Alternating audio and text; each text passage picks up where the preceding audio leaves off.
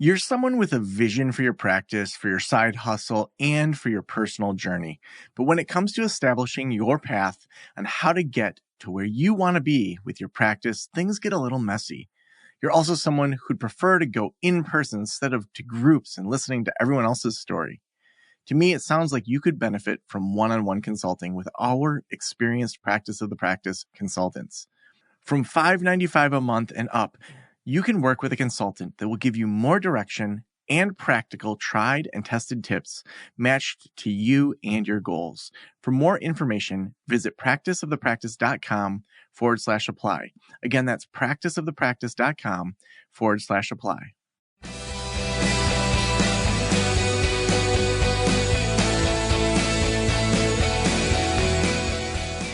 This is the Practice of the Practice podcast with Joe Sanok, session number 1107.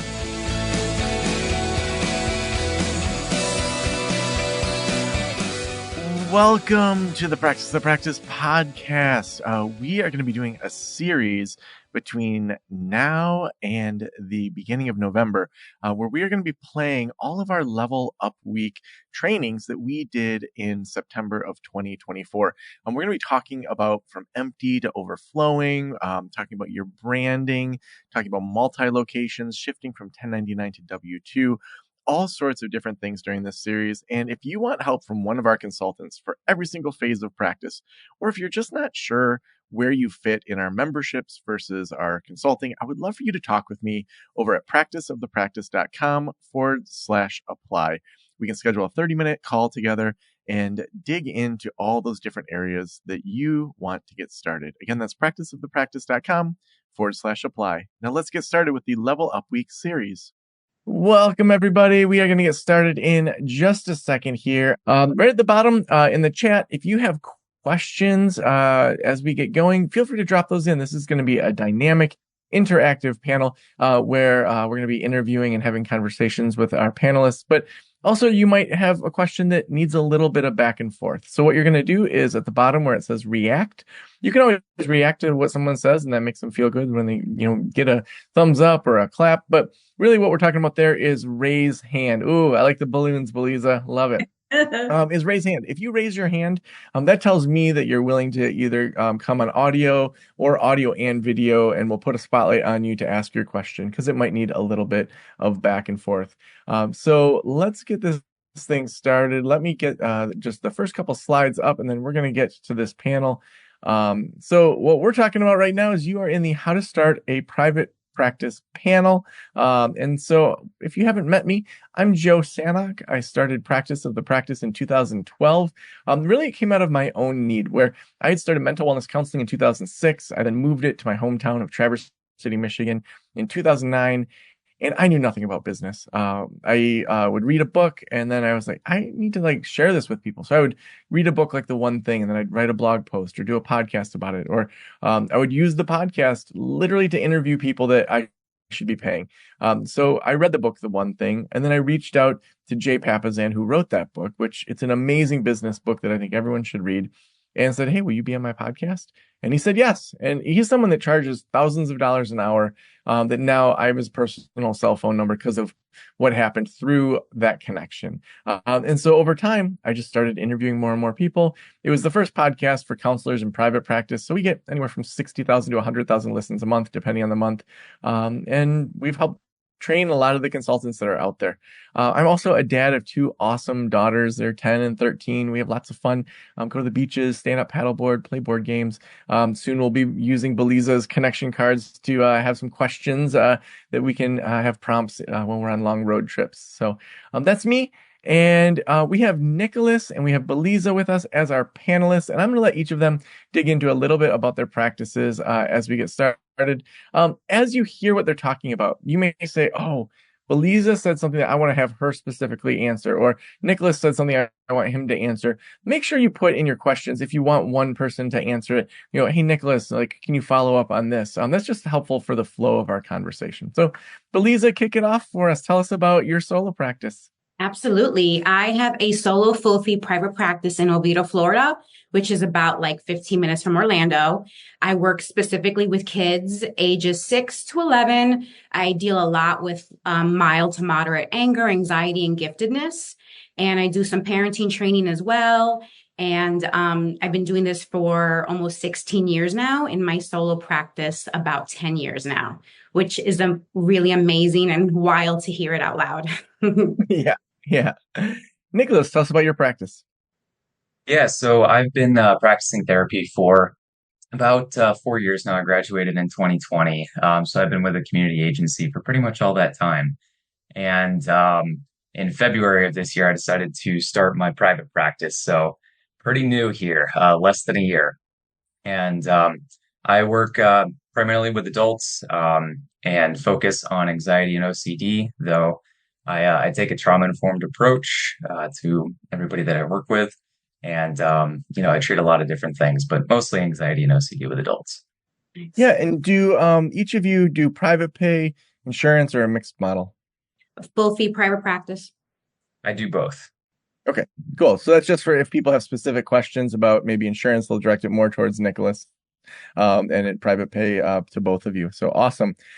So Beliza, I have a question to kind of kick us off. So we just did the 2024 State of Private Practice Survey, Mhm. and there was something in it that to me, it shocked me. I was so surprised in regards to the state of private practice that about half of our audience said that they were as full as they wanted to be. They weren't planning on leveling up or starting a group practice, and they had a sustainable solo practice. And they made that decision. And for us, we were like, holy cow, like how do we support more people that want sustainable solo practices? But they're not in that startup phase like a lot of our programs are, and they're not moving into a group. You've had a solo practice for a while. Mhm.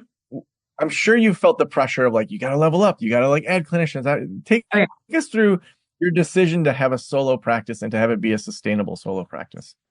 So it was always solo from the beginning. All I ever thought of was doing something that was just mine on my own.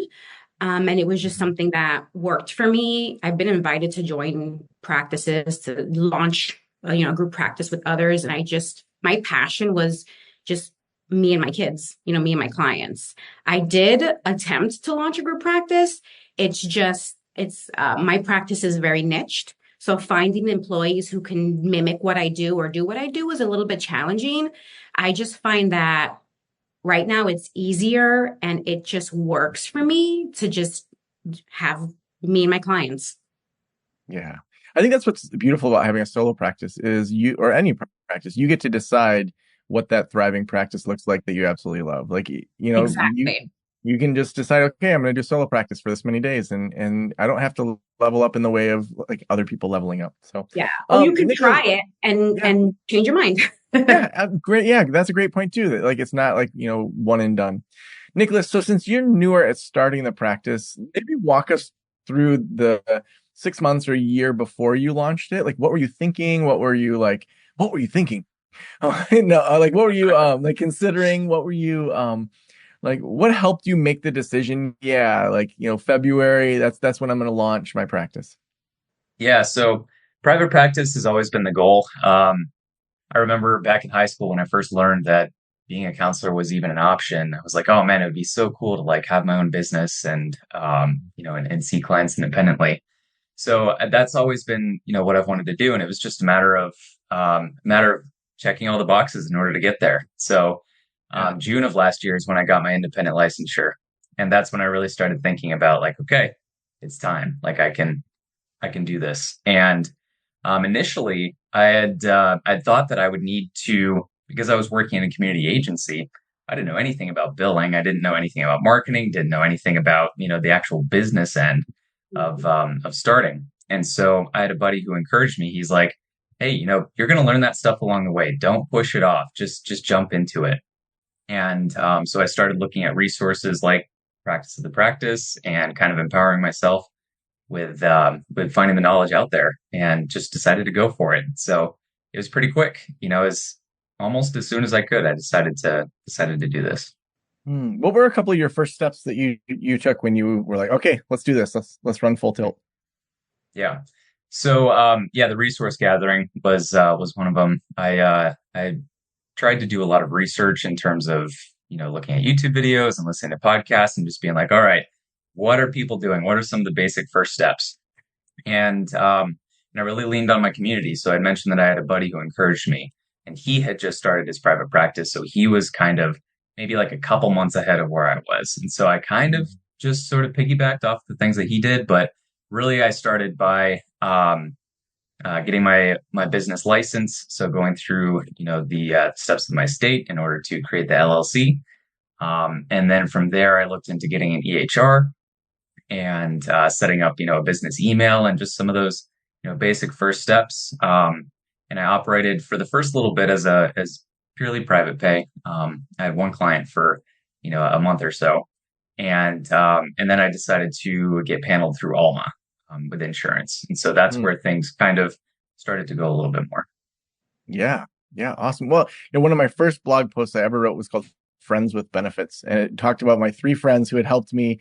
I had a friend who was an accountant that I still remember. I took him out to Panera, bought him lunch, and we sat there and he's like, here's what an LLC is. Here's how you do bookkeeping. I mean, it was like one below 101. But it was like, I didn't know any of that. And then I had a friend who was a visual designer who helped me just kind of figure out some brand colors and logos and things like that. And then I had another friend who was a therapist that had built her own website.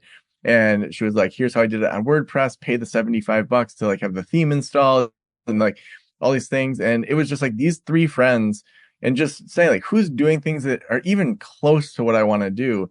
When you're bootstrapping at the beginning can be so helpful to have those people kind of walk alongside you. Belisa, you've been at this for a bit. If you go back to when you started the practice, do you remember some of those challenges and some of those kind of like checklist things that you had to think through?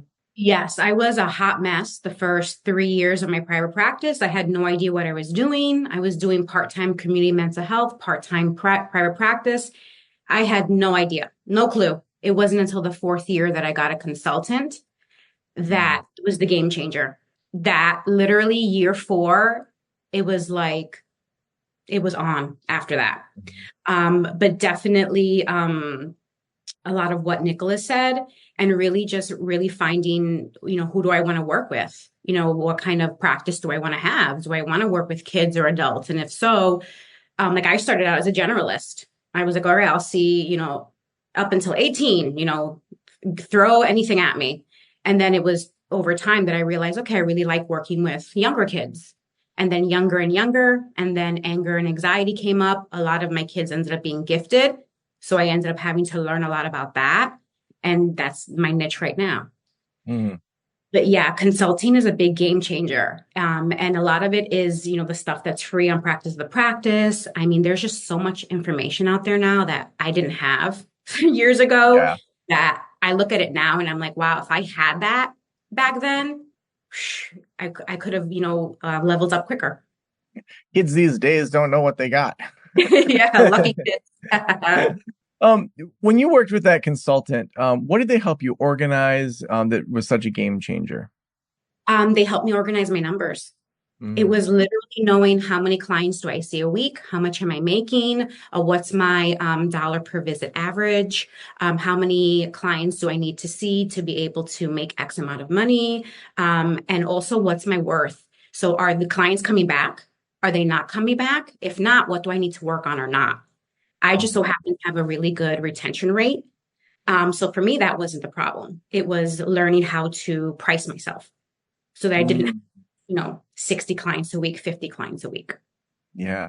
I was going to show something to people later, but I think it makes sense now because you're talking numbers. Let me just show you guys this staff wage calculator that I use with my consulting clients. So you can use this for just yourself if you're in solo practice or if you have a group practice. And just the basics of it, I put some numbers in before we got in here is, say you're the one full-time staff and, there's one person there, average reimbursement rate, you put that in 125 was just what I put in, do 25 sessions a week for 48 weeks a year. It does the math for you on what your gross income will be. And then if you have an admin that's say working 3 hours a week, they're getting 25 an hour for 48 weeks. How much does that cost? If you have to pay for supervision or consultation, hour per week. And then your time as an owner, I like to parse that out because then, as you move out of doing the clinical work, it's like whether it was you or paying someone to be a CEO, we want to be able to kind of factor that in as well. Then you just put in all your different budgeting things. You can put in more, and then you put in here how much you want either yourself to make per hour or what you'd be paying someone. So if you're paying a clinician, say $50 per session, then that ends up being 60 grand a year. If you're putting money into, say, retirement or other things. But then you can also toggle it to do a percentage. So, if I want 40% takeaway, if I want 50%, if I wanted to give them 75%, and then it breaks it all down for you up here where the total amount of profit per clinician. So if, say, we multiply this and said, I have, if I had 4 people doing this, then it automatically updates and kind of tells you how much you would make. Whereas if it was just you or one clinician, then what's the net profit beyond what you would make as an owner and beyond what you would make as a clinician. So it's nice to kind of think about yourself as an owner that is taking an owner disbursement, an owner for time for working, and then a clinician, so that you recognize you have 3 different roles that you get to choose if you want to be in all 3 of those roles, even if you're just in solo practice. So just wanted to share that tool with you guys. So keep those questions coming in and go ahead and raise your hands. We've got a few comments coming in. Beliza, as a mama and former teacher, I love where your heart is. That is awesome info right there. Thank you. Okay, so let's talk where you're at right now in private practice. Nicholas, if you think about from February till now, just take us through that journey, the ups and downs, and I'm sure we'll have follow-up questions from there. Sure. Yeah, so like I said, back in February, I made the decision to start, and it was through looking at a calculator, kind of like the one that you just showed, where I had to run the numbers, and I was like, okay, I should be able to do this, if I just play my numbers right. So what I decided was I'm going to start my private practice while I'm still working at my community agency full time. And I figured I could take on about, 1 to 4 clients before I would feel too burnt out through both of those jobs, before I would have to cut down to part-time at the agency. So that's what I did. I kind of put it out there that I had started my private practice, and I got my first client through a former supervisor that I had through my internship. She sent somebody my way. In fact, she sent 2 people my way. So that's kind of how I started, and they were both private pay. I started by giving the first person that came in, I gave her a pretty low rate, just $50 an hour. Mostly just saying, hey, I'm working out the kinks here. Yeah. If you can be patient with me, then I wanted to give her that experience, and so Now, I want so I to ask started a with question those. Yeah, about with the agency. So, because yeah, I know we've had people in here where they work in very safe agencies that are like, yeah, go do that. They're open about that. mhm, They're encouraging. There's other ones where it's like you got to kind of be quieter about it. It's not against the contract, but also there's some weird ego stuff going on. For your experience, how did you manage that in building that concurrently while you were at the agency? yeah.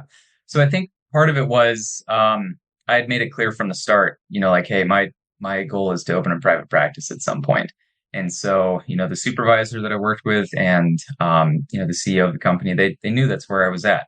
And so it's just a matter of time. And then I remember I was nervous to reach out and be like, hey, I'm going to take this step, but I don't want to, like, have any bad blood between us. And so Yeah. essentially what I asked was, hey, like, what would this transition look like? Are you okay with this? And essentially they said, yeah, I mean, if you're going to be taking on your own clients, that's perfectly fine. Just make sure it doesn't impact the client care that you have through us.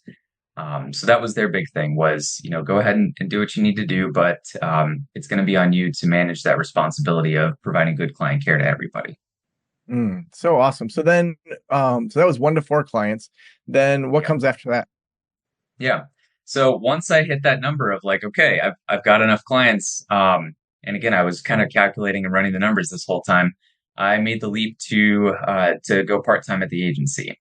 And so once I figured out, I was like, okay, I can cut down and just see 15 clients per week through the agency while I build up my private practice. I'm going to be able to do that for a little while. All the numbers, they checked out, they made sense. And so in May of this year is when I decided to go part-time with my agency. And that was scary. And really it was seeing my income, like, go from what it was to being suddenly half of that. and then realizing that, my private practice is the thing that has to make up the deficit. I think part of what helped was having a solid, I'd saved up enough money to be able to kind of float myself through this process. So that psychologically made things a little bit easier. So that was an important part. And that's also when I signed on with Alma, so that I could start taking insurance as well. And so, once I did that, I had 4 clients up until about August of this year. So all summer, I was operating my private practice off of 4 clients, with the Wow. part-time work too. And then where are you at now? So right now I'm at about 8 to 10 clients per week. Um, so what I noticed is that the referrals come in, it feels, and I think this is just based on how my, kind of how my marketing is right now and what referral sources are providing clients for me. There's like this wave pattern that seems to be happening where, based on when I'm kind of getting rotated to the front of, the directories that I'm on, that's when I'm getting these referrals. So I had a wave in August that took me from 4 to 10. Um, and I'm anticipating another wave here in about a month and a half or so, just again, based on the timing of it all. So we'll see. That part, causes me a little bit of butterflies where it's like, I'm still learning about how, profit and income and referrals are coming into my business. But my plan is once I hit 15 clients through my private practice, then I'm going to let go of the part-time agency. Awesome. A couple of questions specifically for you, and then we've got some that will be for Belisa as well. Do you feel Alma has been worth the investment? Are you receiving a lot of referrals from them? I do feel it's been worth the investment. I part of building up kind of that nest egg to sort of float myself through the beginning part of my private practice was the willingness to try things, the willingness to sort of just, you know, put a bunch of things out there and start collecting some data on where the returns are coming in. And one of those things that really helped give me the confidence to start my private practice in the first place was knowing there is something like Alma, where within a pretty short amount of time, you can get paneled with insurance and start getting referrals that way.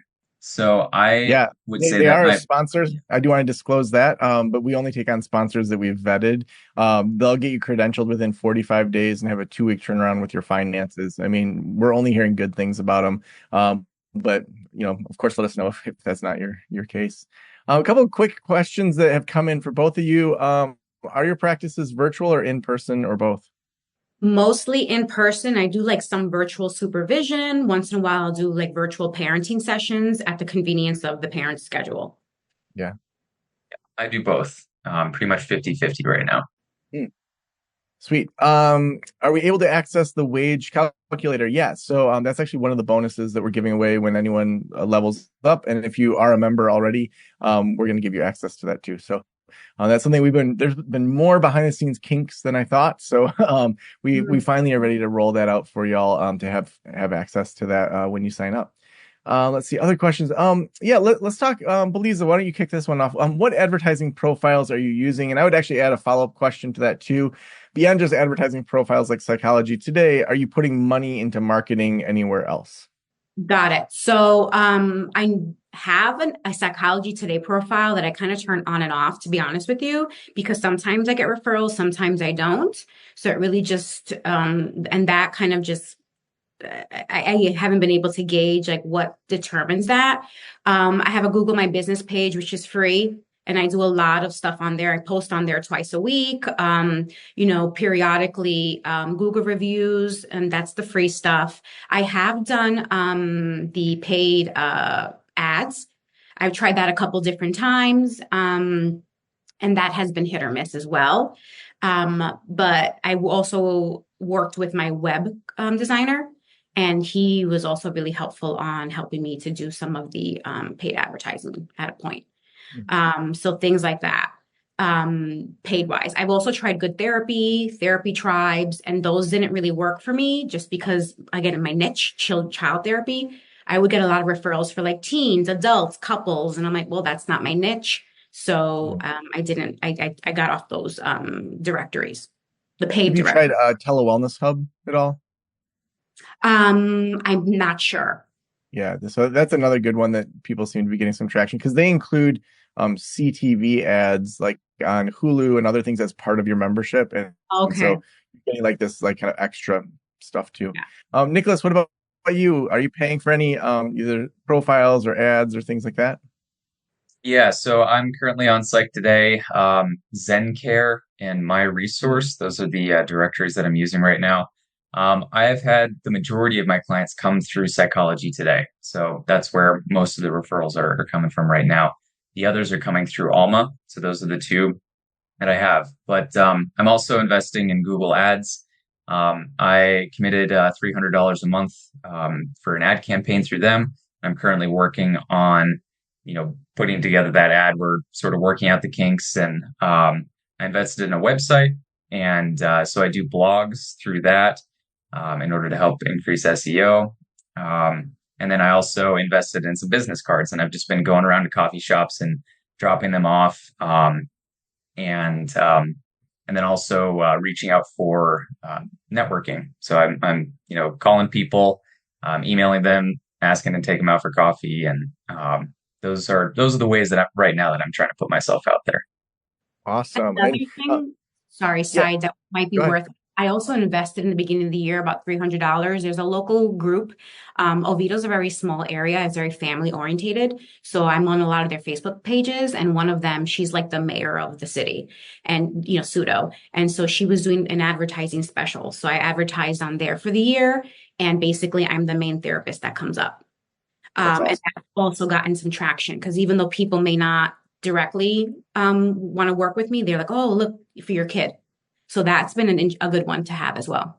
Yeah. Initial That reminds me second. also of so a lot of like Chamber of Commerce's, it's like $200 a year to be a part of it, but you get to go to all these like exclusive business events, and then oftentimes they'll have like a really nice conference room that can seat 50 or 100 people. And oftentimes in many cities you can then use that for free. So if you wanted to do like a lunch and learn or something like that, that's aimed at business people to kind of host it yourself, that's something also to look at investing in.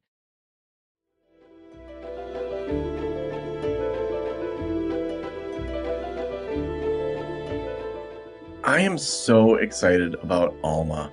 When I had my private practice, I struggled building my caseload, attracting the right clients, managing the business side.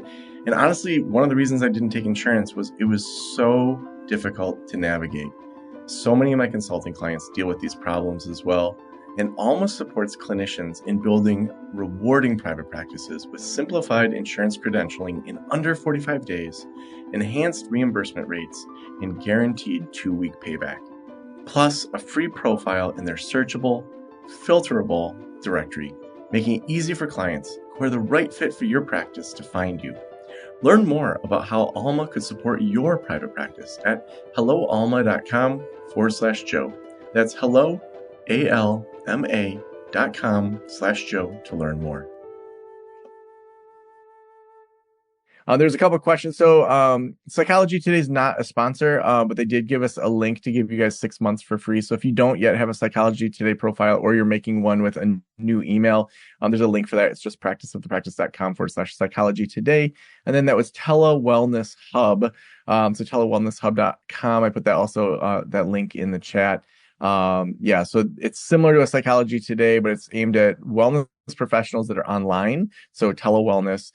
So there's other people that are online, and then you also get free CTV ads. And we've actually been doing that for about a year with Practice to Practice, and we probably get 5 to 10 new referrals a month from our ad. And it's literally, I have like a just a video of me saying, "Hey, I'm Joe Sanok. This is what I do with Practice to Practice. Like, if you want resources, head on over to Practice to Practice." And then they scan the QR code, just like you see on any Hulu TV show or things like that, except it goes to your therapy practice. So really cool differentiator that a lot of the directories aren't offering. So, all right, let's see.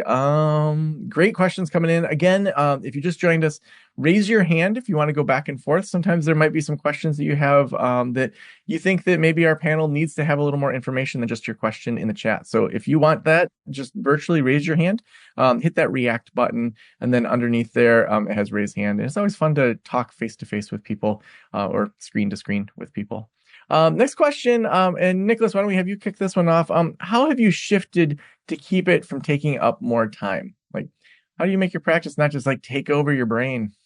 Yeah, well, I think part of what has been such a joy is the fact that it's been a very exciting experience starting my private practice. I've noticed that I feel rejuvenated sometimes when I'm working, and I enjoy just kind of fixating on like marketing things and messing around with my budget and writing blogs and things like that. So part of it is I enjoy putting the time into the practice. Um, and sometimes it's not like that. So I've really had to focus more on being intentional with my keeping up with my activities. Like getting outside. Finally, it's cooling down here in Arizona, so I can actually go outside. And spending time with friends, and really, it's making sure that I'm filling myself up so that I have the energy to maintain both the private practice and the part-time agency. Hmm. What about you, Belisa? How do you make it not take over your brain? So I'll be honest, in the beginning, I was obsessed with my practice. I slept at 8. It was all private practice. And then I got myself sick. And then reality hit. And then I realized that work-life balance is a thing and it's important. And I'm the vessel, so I can't give anything from an empty vessel or a leaking vessel. So it's really, it's everything. So I wake up early, I meditate, I wake up early, I do yoga stretches. Sometimes it's hanging out with my chickens, like literally just a few minutes to start the day off right. Your business, if it's important to you, like I love what I do, it can very easily take over. So you have to have the work, what is the saying? Work, smart, play always, like really just investing in that balance because it can take over and then all of a sudden your life is work and that's not life. Yeah. I think it's really important to have some hard boundaries and some soft boundaries. And by that, hard boundaries are things that are non-negotiables. So I am never checking email after 3:30 unless like there's a couple things where I want Jen to text me if my attorney sends me a message, or if I'm in the middle of like buying some real estate, if there's some real estate stuff. Other than that, it's like I don't check email after hours. I don't take clients on Fridays. I wrote a book about the 4-day work week. Like I'm not going to have a consulting client on a Friday. So having those very clear boundaries. I think the other thing is just being aware when you're with your partner or when you're with friends of how much you're talking about your business. So Claire, my partner, if we're on a date, we just hired her to be our conference planner for the group practice boss conference. It was really funny because I texted her and said, "Hey, do you know anyone that's good at planning events and things like that?" She's like, "I did that for 3 years." I'm like, "Oh, sorry, I forgot." Like, so then she and Sam and Jen interviewed her, or they all interviewed, and so she's planning this conference. So it would be very easy on a date to just be like, "Oh, like how's the group practice boss conference going? Like, I can't wait for next May," and like that would be our whole date. And that then feels like work instead of a separation. And so even if you haven't hired your partner or haven't hired your friends, I think that can take over sometimes. And it's like being clear about, okay, yeah, I want to share the exciting parts of my world, but also if we spend a whole dinner brainstorming about blogging, like that doesn't feel like a dinner out. Yep. What's your biggest time suck? Belisa, why don't we start with you? Oh my gosh, biggest time suck. It's going to be probably emails, even though my assistant helps me with a lot of it. It's like really siphoning through the emails that like need a response, don't need a response, or like it can wait. So it's because, you get a lot of people asking questions, inquiring, offers. So it's like, what do I say yes to and what do I say no to? Yeah. Nicholas, what about you? Yeah, I would say, this is something that's familiar not just to people in private practice, but I think just being a clinician, and that would be notes. So I'm always looking for ways of being a little bit more efficient with my note taking, but it continues to be just that thing that sometimes gets pushed to the end of the day. And so, yeah, I'm always looking for ways of making that a little bit easier on myself. But yeah, note taking for sure. Maybe Jen or Sarah could look for this while we're talking. There was someone I interviewed. I think we had him on Ask the Expert. around AI helping with note taking in a HIPAA compliant way, where it listens to the session, gives you a summary, but it doesn't store it in any capacity. Because that's been the problem where some of those organizations have been hacked. And, we just heard about a huge hack that happened recently with, I forgot which EHR it was.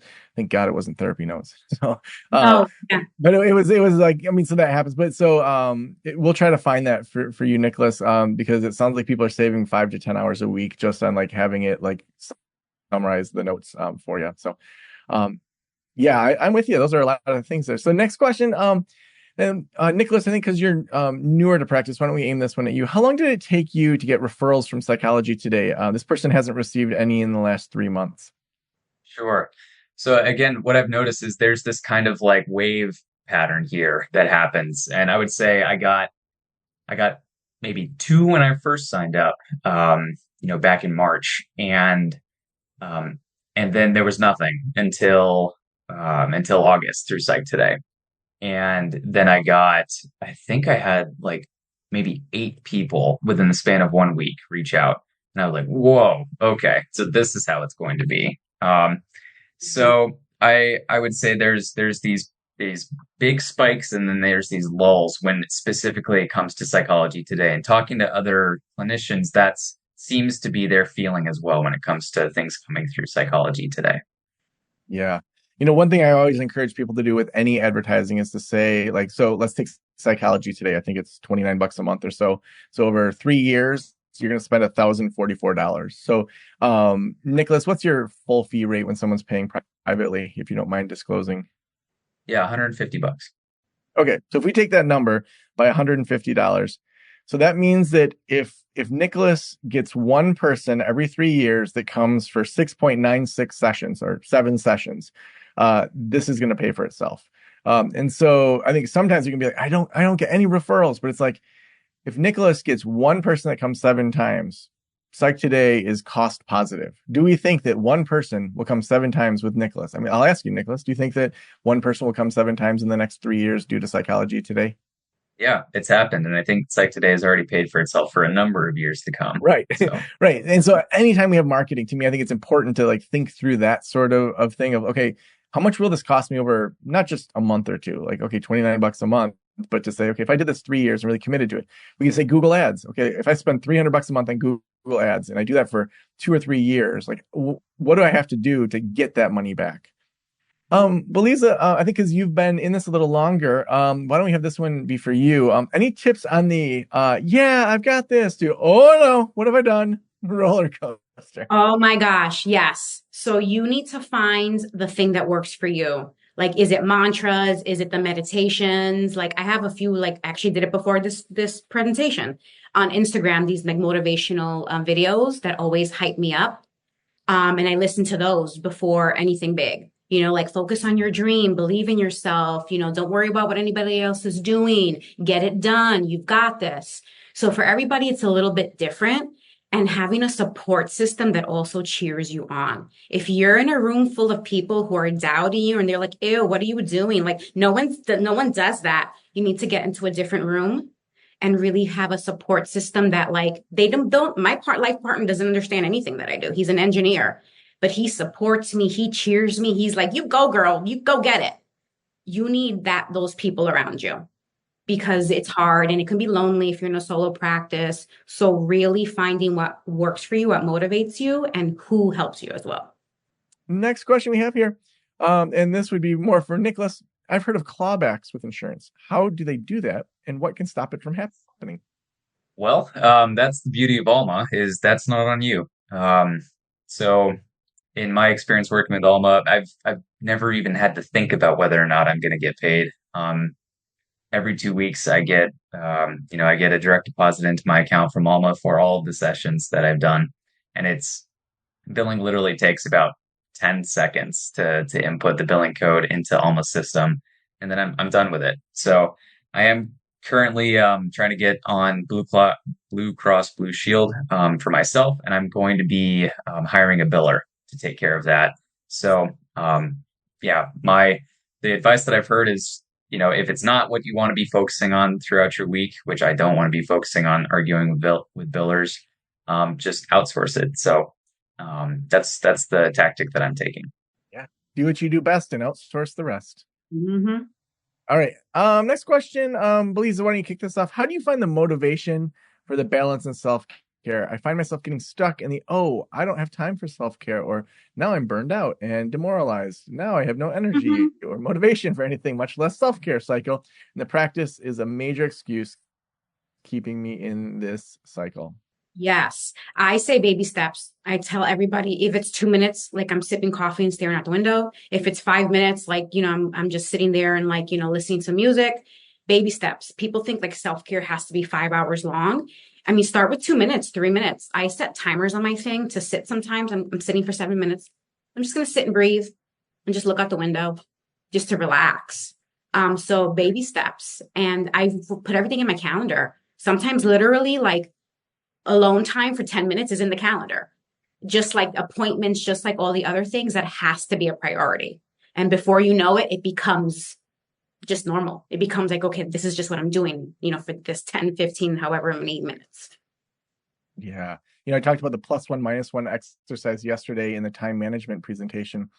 That exercise is the idea of building out the menu of things that help you bounce back or help you, instead of recovering from the week and recuperating, you're preparing for the future week through your weekend. And so the idea is adding something to your schedule for the weekend that you think might make you feel a little bit better, or removing something. So that's the plus one, minus one. And then just seeing how you feel. Like if you spend half an hour reading and drinking green tea on a Saturday morning and telling your kids or your partner, whoever's in your life, to leave you alone unless it's an emergency, do you actually feel better when you do that? And I think the other thing to think through is, we think of self-care, and I would actually say that there's other words we could use beyond self-care. But just when we slow down, we have better business ideas. And so there's a business argument for slowing down, for getting a massage, for sitting quietly, for going for a walk. We then do better work, more creative work, and make fewer mistakes. And the research shows all of that. And so slowing down isn't just about self-care, and it's not the selfish act. It actually is a good business decision as well. I think when you make that switch, I realized that by me having a 4-day weekend and being done by 3:30 every day, I have much better ideas to level up than if I was stressed out and maxed out. Correct. All right. I think we've covered some of this, but any other quick tips on how to minimize the busy work? Nicholas, you talked about outsourcing things. Any other things that either of you have to just help with the busy work? I like to do what Joe taught this a long time ago. I forget what it's called. You set a timer for 20 minutes and you get as much done in 20 minutes. Decide, okay, do I need a break? Can I keep going? I do a lot of that these days, especially as I'm launching kid cards and time is becoming even more important. So a lot of times it's how much can I get done in X amount of minutes? And you'll be surprised when you just focus and you're doing something for 20 minutes, what actually gets done. And it could be a lot.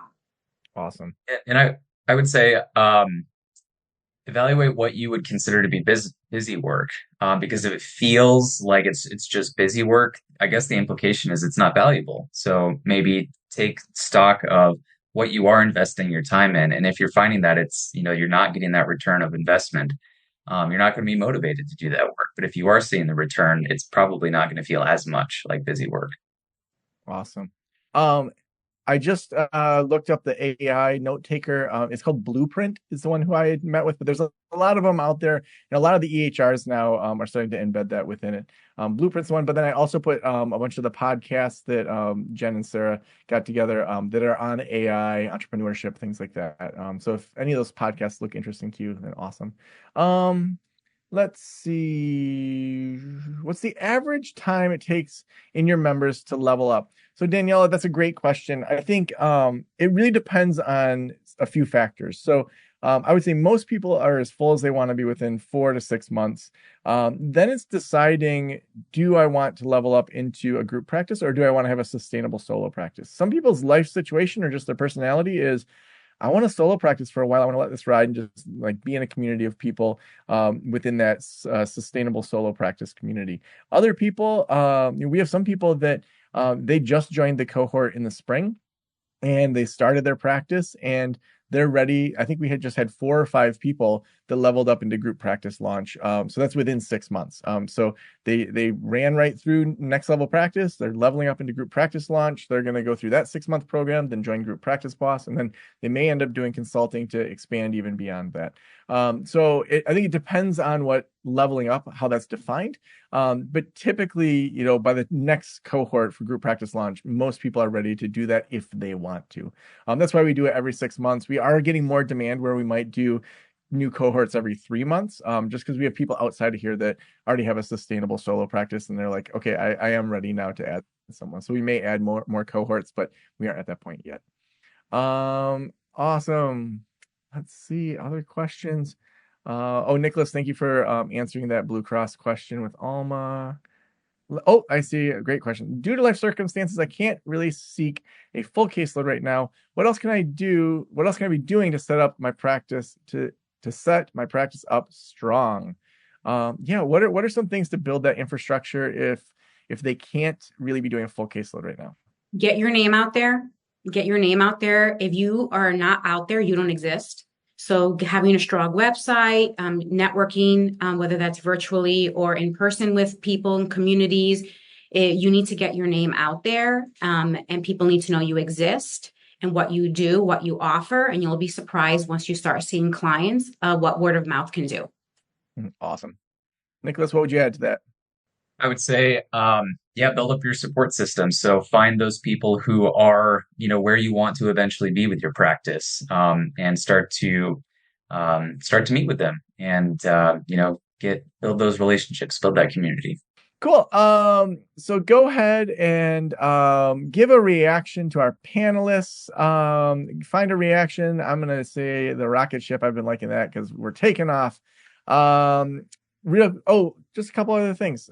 So to that question about the caseload, I say also raise your rates. When you're 60% full, that's when you should be raising your rates for your private pay people, and jump up by at least $25 per session. So do that throughout the year with new people. And then at New Year's, you're going to realign. So send a letter to them in November saying, hey, my new rate on January 1st is this. I want you to plan for your HSA and flexible spending.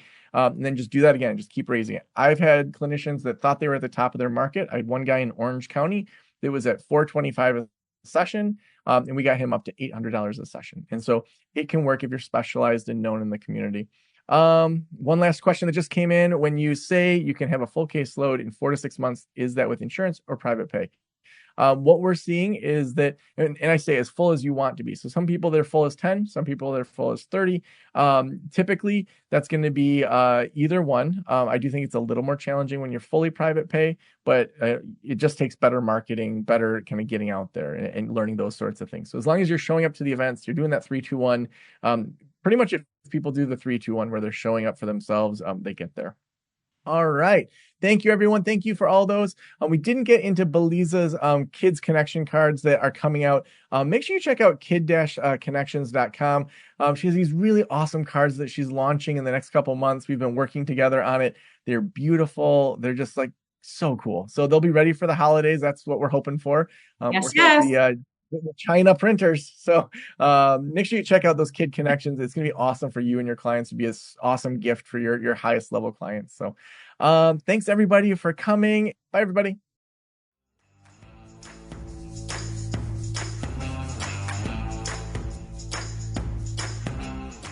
Thank you so much for listening to the Level Up Week series. I hope you are getting so much help out of this. If you need extra help, head on over to practiceofthepractice.com/apply.